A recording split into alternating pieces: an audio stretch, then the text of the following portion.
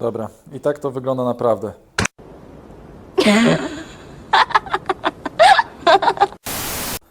Teraz sobie zrobimy rundkę w koło samochodu. Zobaczymy, jak to wygląda.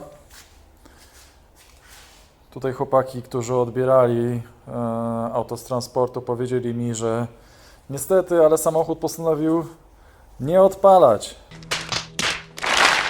Pomimo tego, że na aukcji został kupiony ze statusem Run and Drive, no to niestety, ale nie chciał zjechać z lawety o własnych siłach. No cóż, zaraz będziemy patrzeć co i jak. Tutaj już widać, jakie były główne uszkodzenia tego samochodu. Nie ma tyłu. To tak naprawdę było widoczne już na aukcji, więc wiedzieliśmy, jak to wygląda. Samochód prawdopodobnie przeleciał przez krawężnik, więc tak jak widać tutaj jest tylko rotor. Zderzaka i tak dalej nie ma. Tutaj spójrzmy. Tak, ta felga też jest uszkodzona, nie ma rantu. Tu chyba całe szczęście, że te felgi się poddały, bo nie widać żadnych szczególnych uszkodzeń.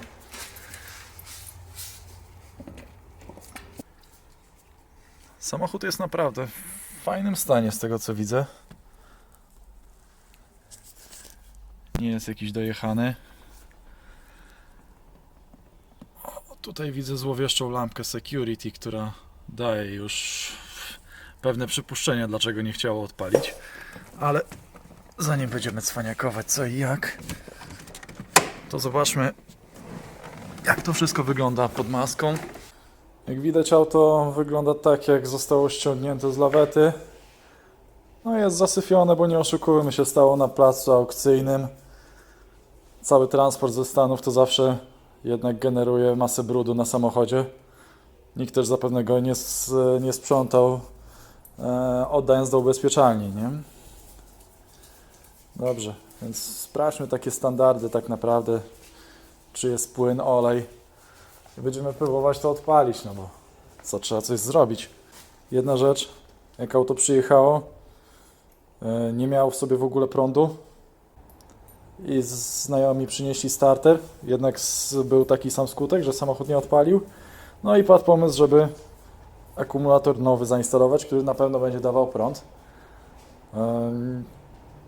Problemem z takimi samochodami, problemem do rozwiązania jest oczywiście to, że akumulatory w Stanach mają troszkę inne rozwiązanie. Tak jak tu widzimy, mają podłączenie takie boczne. Czyli nijak się ma do tego, jakie akumulatory znamy w Europie. Aczkolwiek tutaj dla wszystkich chętnych są łatwo dostępne takie przejściówki.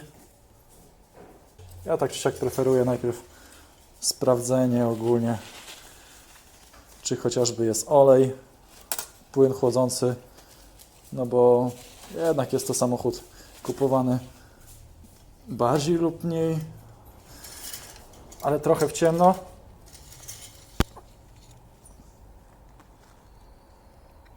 No, oliwa jest. Tutaj płyn chłodzący jest w normie, więc tyle.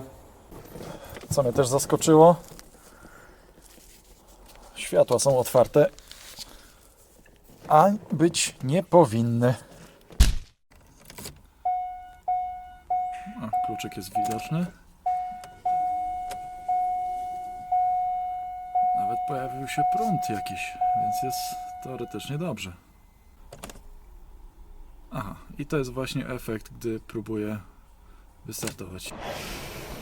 No nie tak miało być. Chyba powinniśmy odczytać błędy. Fajne w korwecie jest to, że nie trzeba tak naprawdę żadnego kompa. Jest to wszystko wbudowane. Przytrzymujemy przycisk Option. 4 razy klikamy Fuel w tym czasie. I już mamy dostęp do błędów. Dobra, więc sytuacja wygląda tak, że ta lampka security, która miga, którą zauważyłem na wstępie, wskazuje na problem z immobilizerem. Teoria, która padła, mówi tylko tyle, to auto będzie przerobione, nie będzie stało w żadnych dziwnych miejscach ogólnodostępnych, więc obejdziemy ten immobilizer, ale to najmniej ważne.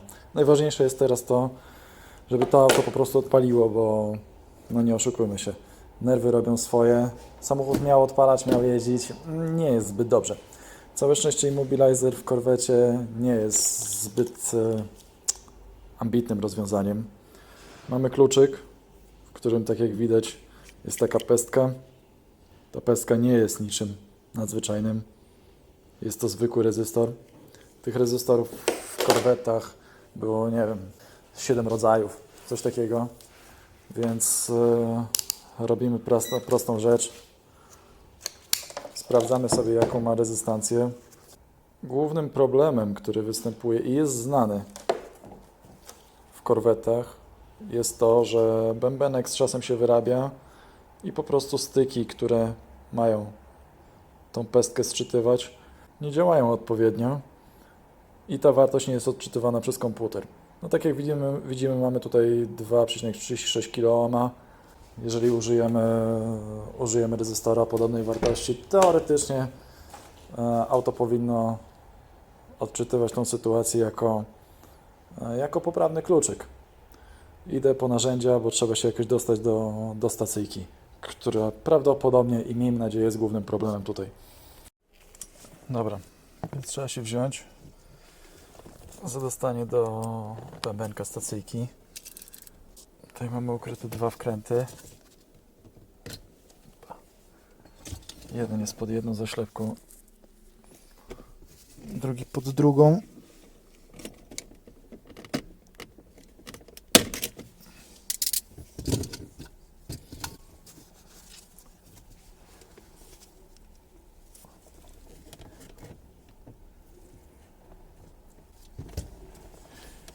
I cały dół powinien w sumie bardzo prosto odejść.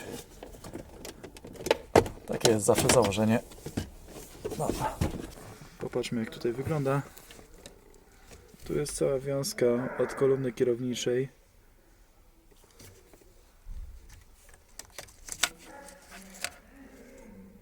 I tu jest element, który nas interesuje. Czyli w teorii powinniśmy wpiąć tam rezystor. I system powinien odczytywać to jako prawidłowy kluczyk. Dzięki magii internetu ja mam przygotowany już tutaj rezystor o odpowiedniej wartości. Dogiąłem go sobie tak na próbę, żeby go wpiąć w tą wtyczkę. Dużym plusem jest to, że jest to wtyczka żeńska. Bez problemu sobie to wpinamy. Wkładamy kluczyk. Prąd jest. Security się zapala, ale gaśnie. Magic. Więc cóż.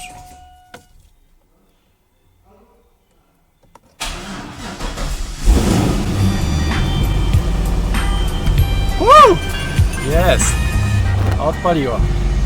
Tak czy siak mamy ciśnienie oleju. Mamy ładowanie. Ale najważniejsze, że chodzi.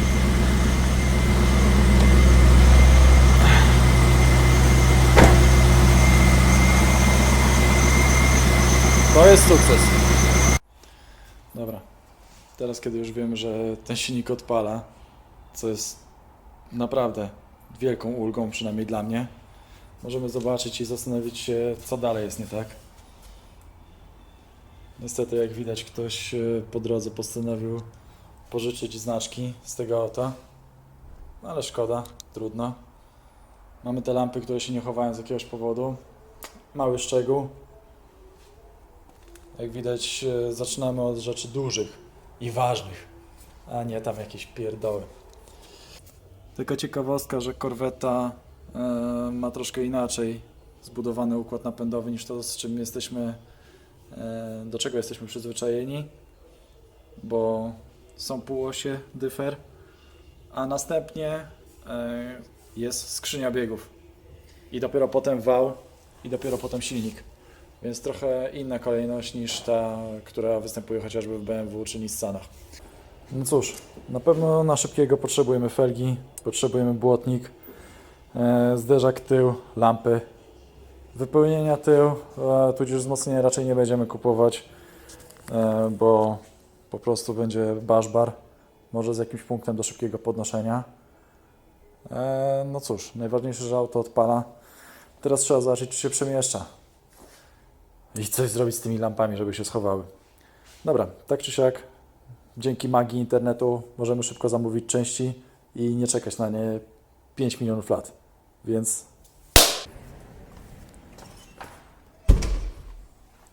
Dzień dobry, panie Patryku. Czy ma pan wszystkie części do tej wspaniałej korwety? Oczywiście, że mam. To ja się rozejrzę i sobie wezmę co chcę, jak zwykle. A proszę bardzo. I bez zmiany ciebie. Standardowo. Dobra. Tu mamy felgi. Tu mamy zderzaczek. Tutaj chyba czai się błotnik. A, błotnik tam jest między regałami. A tutaj na półkach w oddali widzę lampy. A nie, jeszcze z 3 sezony by przejeździłem tych oponek. Pięknie. Idealne, zimówka.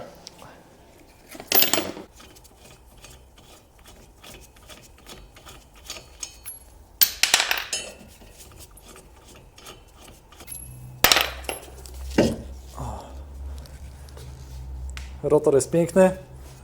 Chcesz sobie zawiesić na szyję na łańcuchu? A raczej będę rapował. Kiedyś byłem czarny, ale mi się znudziłem.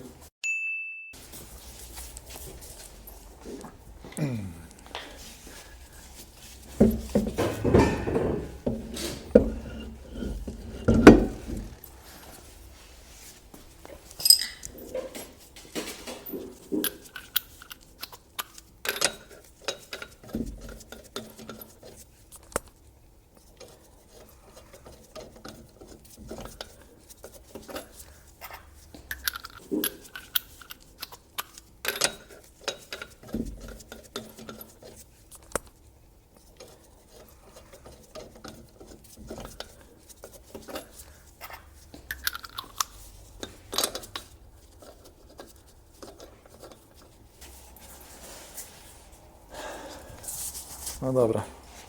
Chyba teraz możemy podejrzewać, dlaczego to auto przeleciało przez krawężnik. Łobuz, nie gryź opony. Ona już swoje wycierpiała. Ja pana maksa. I to takiej ilości, że przejażdżka tutaj nic nie zmieni. Trzeba będzie glebować tą furę. Opony jak opony do spalenia.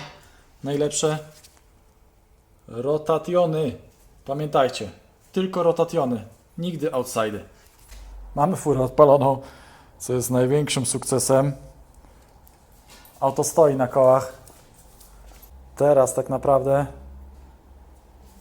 Trzeba spalinią, trzeba spalinią, spalinią, spalinią, spalinią. dobra, stwierdziliśmy, że skoro auto stoi na kołach i odpala, to trzeba sprawdzić, czy napęd podaje. A chyba najlepszym sprawdzeniem jest upalenie, więc chyba trzeba będzie trochę przypalić.